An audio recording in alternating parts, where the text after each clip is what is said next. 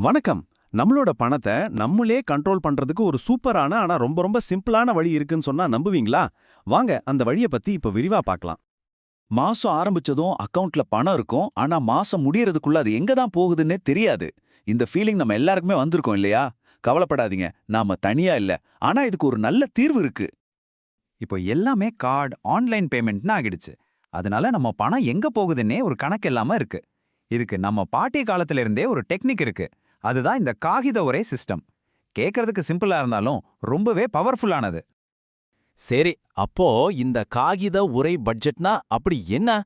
அதை எப்படி நம்ம பணத்தை மிச்சப்படுத்த உதவுதுன்னு முதல்ல புரிஞ்சுக்கலாம். கான்செப்ட் ரொம்ப சிம்பிள். நம்ம செலவுகளை சாப்பாடு, பெட்ரோல், பொழுதுபோக்கு இப்படி பிரிச்சு ஒவ்வொரு செலவுக்கும்னு தனித்தனி கவர்ல பணத்தை போட்டு வச்சுக்கணும். இதோட முக்கியமான ரூல் என்னன்னா, ஒரு கவர்ல பணம் காலி ஆயிடுச்சுன்னா அவ்வளோதான், அந்த செலவை அந்த மாசத்துக்கு நிறுத்திக்கணும்.